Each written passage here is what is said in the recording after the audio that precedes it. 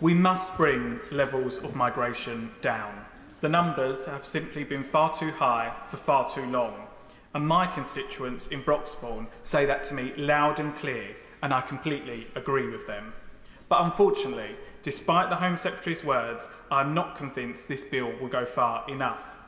The government have ignored the National Crime Agency, who have stated that a deterrent is essential to prevent small boats crossings.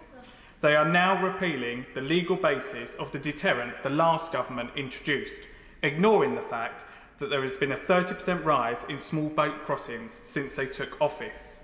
And they are ignoring their own backbenchers who just last week were calling for a stronger stance on immigration by repealing the laws introduced by the last government to toughen up the system.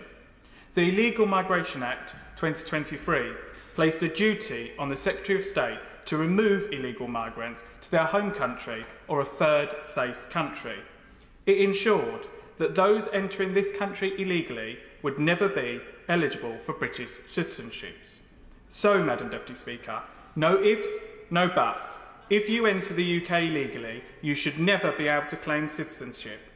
British citizenship is a privilege, not a right. So what message does repealing these measures send to our constituents or those considering the dangerous crossing? Frankly, Madam Deputy Speaker, it shows if you manage to get to the United Kingdom illegally, this Labour government will let you stay for good.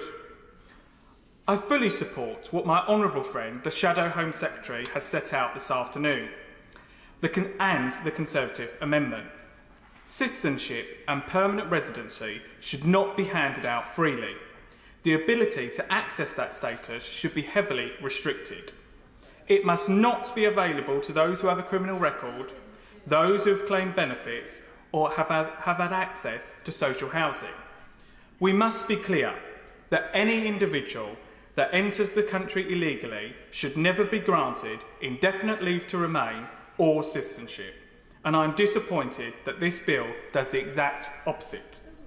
Elsewhere in the bill, clauses 1 to 12 provide a framework to enable the Border Security Command to fulfil their role as an effective border security system, and sets out that the commander must minimise threats to our border security.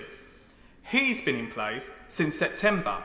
So what has this new organisation been doing in that time? They certainly haven't tackled our threats to our border security, as I have said, small boats crossing are up 30% since July. My constituents want to see immigration, both legal and illegal, under control. And as their MP, I want to vote for measures that reduce net migration numbers and to avoid the situation recently forecast by the Office of National Statistics, and this bill fails to do that. Yeah.